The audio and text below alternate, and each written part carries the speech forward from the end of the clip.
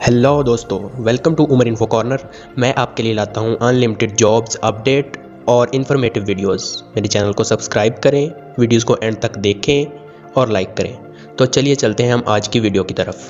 पाकिस्तान की तारीख में मज़हब के नाम पर ऐसे कई मज़ाक़ा खेज़ वाक़यात पेश आ चुके हैं और अब भी वक्तन फ़वक्तन पेश आते रहते हैं, जिनका अंजाम ना सिर्फ हमको बल्कि पूरी दुनिया को हम पर हंसने का मौका फराहम करता है।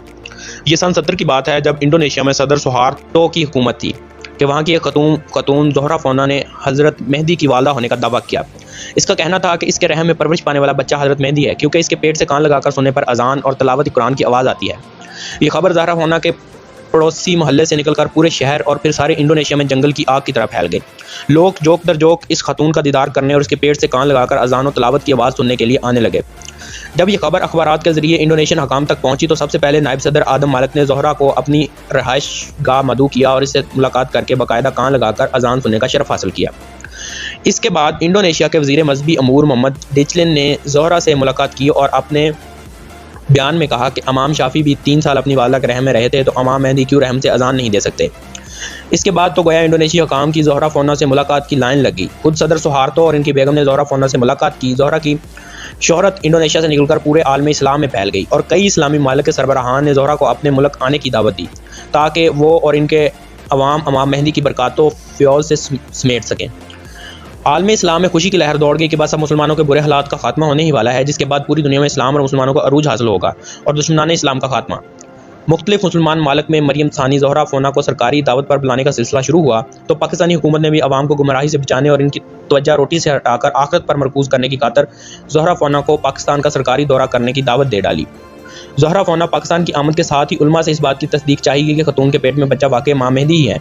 चनाचे मौलाना एहतियामुल हक थानवी और मौलाना औकाड़वी ने बारी बारी खतून की बच्चादानी के करीब कान लगाकर अजान सुनने के बाद पूरे यकीन के साथ बयान जारी किया कि अजान की आवाज़ खतून के अंदरूनी हिस्सों से ही आ रही है और बस इमाम मेहदी की आमद है। इस मामले में आप मौलाना साहबान को इसलिए मोर्दे इल्ज़ाम नहीं ठहरा सकते कि सन 70 में टेप रिकॉर्डर कोई आम चीज़ ना था, बल्कि पाकिस्तान में शायद ही कोई टेप रिकॉर्डर इस्तेमाल करता हो। लोग सिर्फ रेडियो को जानते थे या कुछ बहुत ही मतमूल अफराद टीवी इस्तेमाल करते थे।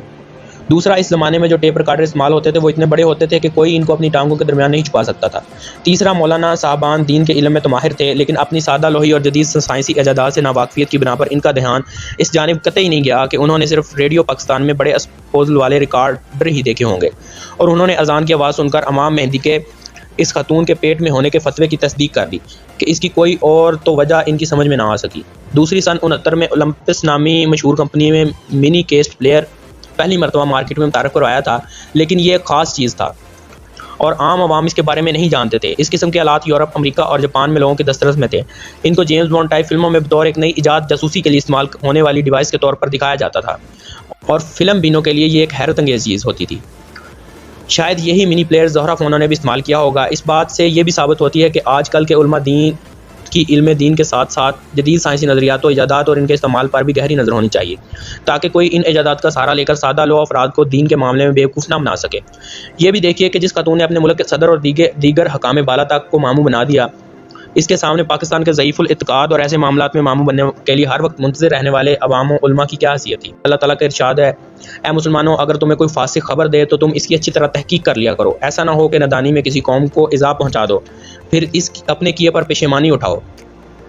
अब हमारे उलमा हज़रात के लिए शायद तहकीक आवाज़ सुनने की हद तक थी।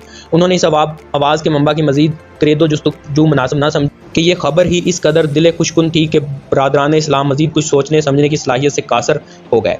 रही बात ज़ोहरा के इक़्तिदा में नमाज़ पढ़ने की, तो इसे ज़ईफ़ुल इक़्तिदादी और जहालत ही कहा जा सकता है कि अगर नाउज़ बिल्लाह इमाम मेहदी इसके बतन में मौजूद थे भी तो इनकी इक़्तिदा में नमाज़ पढ़ने के लिए इनकी पैदाइश का इंतज़ार तो कर लिया जाता। ये किस कदर मुज़ायका खेज़ है कि वो औरत अपनी टांगें काबा की तरफ खोल कर लेट जाती थी, इसकी टांगों के दरमियान माइक स्टैंड रखती और अवाम मा उलमा मशाइख हज़रात इसके पीछे इमाम मेहदी की इक़्तिदा में नमाज अदा करते थे। ला हौल वला कुव्वता इल्ला बिल्लाह। यही ज़ईफ़ुल इत्क़ादी हम मुसलमानों के लिए बाइस ज़वाल बनी हुई है, लेकिन चंद साइंटिफिक सोच रखने वाले डॉक्टरों के लिए इस बात पर यकीन करना मुश्किल था। चनाचे उन्होंने सही सूरत हाल को जानने के लिए ठान ली, मगर ज़ोहरा फोना हर दफ़ा इन्हें चक्कर देकर निकल जाती थी। मुसलसल कोशिश के बाद एक दिन डाउड मेडिकल कॉलेज के डॉक्टर से काबू करके मुआयना करने में कामयाब हो गए और दौरान तफ्तीश ज़ोहरा फोना की टांगों के दरमियान फंसा हुआ नन्ना टेप रिकॉर्डर बरामद कर लिया। इस रोज़ ज़ोहरा फोना पाकिस्तान से बरास्ता इंडोनेशिया भाग गई और पाकिस्तानियों ने मज़ीद मामू बनने का अजीम मौका हाथ से खो दिया।